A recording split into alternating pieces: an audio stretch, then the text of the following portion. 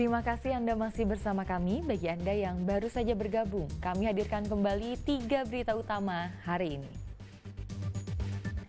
Pakai piagam penghargaan palsu untuk daftar PPDB, 69 calon siswa tingkat SMA di Kota Semarang terancam gugur. Mengaku Ketua Pemuda Pancasila Kabupaten Semarang, seorang pria nekat lawan arah dan tak mengaku salah. Seorang ASN di Kota Semarang tertipu tawaran kerja paruh waktu daring, 1,3 miliar rupiah melayang.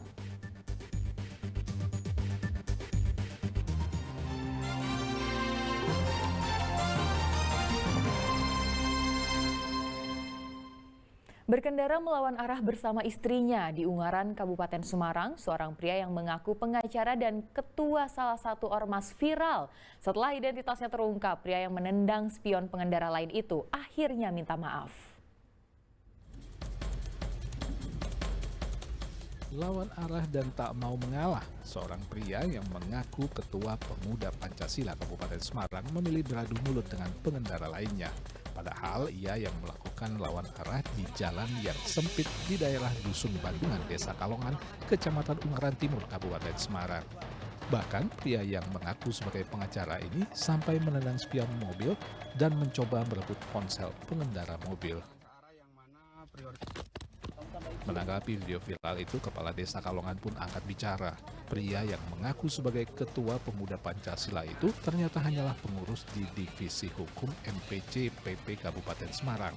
Pria yang bernama Wisnu pun akhirnya memutuskan minta maaf dan menyelesaikan kasusnya secara damai.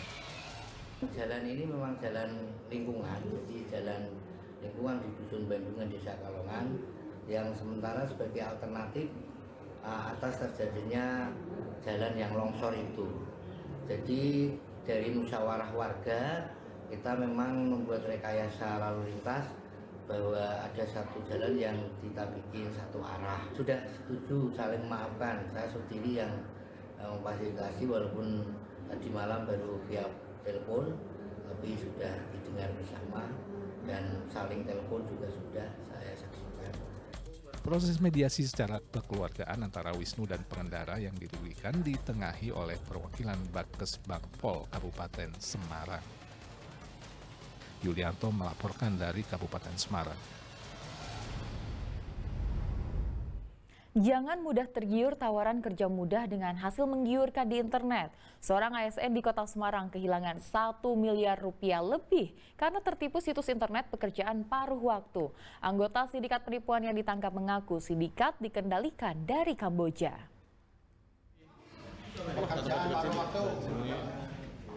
Muhammad Rafi, warga Deli Serdang, Sumatera Utara ini ditangkap saat baru tiba di tanah air.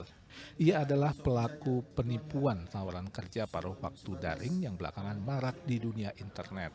Ia ditangkap usai salah satu korbannya yang merupakan seorang aparatur sipil negara tertipu 1,3 miliar rupiah. Saat itu korban tertarik dengan lowongan pekerjaan paruh waktu yang ditawarkan pelaku lewat sebuah tautan. Korban tergiur keuntungan besar dengan hanya menanam modal. Namun usai mentransfer sejumlah uang, janji keuntungan pun tidak terpenuhi. Polisi akhirnya mengungkap sindikat scammer atau penipuan di internet ini yang dipimpin oleh seorang warga negara asing dari Tiongkok, tetapi operasionalnya di Kamboja.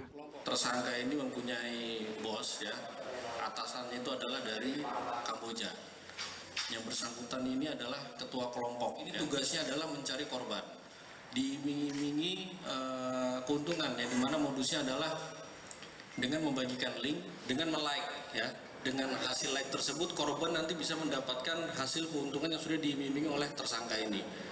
Awalnya korban ini memberikan uang sebesar 10 juta, ini meningkat terus sampai dengan korban di angka 900 juta lebih, ya. Pelaku mengaku bekerja secara berkelompok. Mereka cukup menyebar tautan soal peluang kerja dengan untung besar asal menanamkan sejumlah uang sebagai deposit. Nilai deposit mulai dari puluhan juta hingga ratusan juta rupiah. Hanya memantau. Tugasnya itu apa aja Mas biasanya? Tugas hanya like produk saja. Di Shopee itu? Iya, jadi nanti kita memberikan link setelah korban sudah transfer, Kemudian kita memberikan link. Berarti akun Shopee-nya itu juga bohong-bohongan? Iya. Atas perbuatannya, pelaku dijerat Undang-Undang ITE dan penipuan dengan ancaman hukuman lebih dari 5 tahun penjara. Polisi berusaha memburu otak dari kejahatan ini. Agus Hermanto melaporkan dari Kota Semarang. 5 pelaku pengeroyokan seorang pemuda di Kota Semarang akhirnya ditangkap. Mereka menganiaya korban karena sudah 2 kali mencuri ponsel para pelaku. Bertempat di sebuah kamar indekos di Kota Semarang, polisi menangkap 5 orang pelaku pengeroyokan seorang pemuda yang ditemukan tak bernyawa di dekat sebuah masjid. 4 pelaku adalah warga Semarang, sementara 1 lainnya adalah warga Batang. Mereka ditangkap 1 hari setelah mengeroyok Agusti Edo Setiawan hingga korban tewas. Pelaku Tio Aji mengaku ia mengeroyok korban karena kesal ponselnya dicuri. Sebelumnya korban juga pernah mencuri ponsel temannya, tetapi dikembalikan. Akhirnya kelima pemuda mengajak korban mabuk lalu mengeroyok korban di 2 lokasi berbeda. Waktu itu saya telepon Agus, terus bilang kalau saya kehilangan HP, terus bawa saya ke rumah Mas Edo itu, si korban itu. Di mobil itu orangnya bilang, nanti saya akhir bulan ganti Mas. Tiba-tiba dia bilang gitu. Waktu saya tanya, mana HP saya? Ya secara spontan Mas Agus langsung memukul. Sebenarnya semuanya ikut mukul? Ya. Aksi main hakim sendiri hingga menghilangkan nyawa orang membuat kelimanya kini terancam hukuman 12 tahun penjara. Agus Hermanto melaporkan dari Kota Semarang. 11 orang diperiksa dalam kasus kematian Ketua OSIS SMA Negeri 1 Cawas Klaten yang tersetrum di kolam sekolah. Untuk mengatasi rasa trauma teman sekolah dan keluarga korban, Pemkab akan memberikan pendampingan psikologi. Kasus kematian Ketua OSIS yang tersetrum di kolam SMA 1 Cawas masih terus berlanjut. Polisi memeriksa 11 orang terkait kejadian kejutan ulang tahun berujung maut itu. Mereka adalah siswa, kepala sekolah, tukang kebun, dan staf sekolah. Selain itu, pemeriksaan teman korban yang masih dirawat di rumah sakit terkendala karena masih mengalami trauma. Polisi juga meminta petugas PLN untuk mengecek instalasi listrik di kolam sekolah. Sampai saat ini hari Jumat, kita sudah melakukan pemeriksaan ada 11 saksi. Nanti rencana kita lakukan pemeriksaan ataupun meminta pihak PLN untuk melakukan pengecekan instalasi yang ada di sekolah, terutama yang di TKP.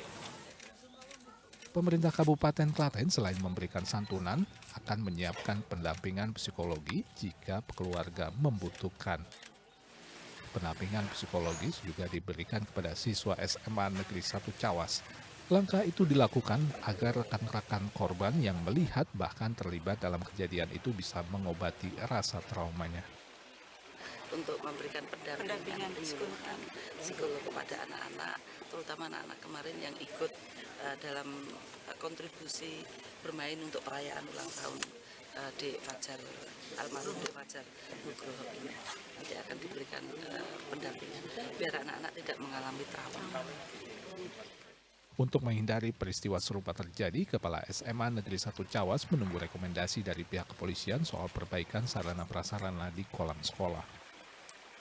Kondisi siswa di rumah sakit masih dalam pemantauan dan kemarin KPAI juga sudah hadir untuk memberikan pendampingan psikologis. Apapun anak itu sekarang masih dalam keadaan shock. Sekolah juga tetap melakukan komunikasi dengan keluarga. Saat ini masih ada 1 orang siswa yang menjalani perawatan karena berusaha menolong korban saat terjebur di kolam yang diduga teraliri listrik.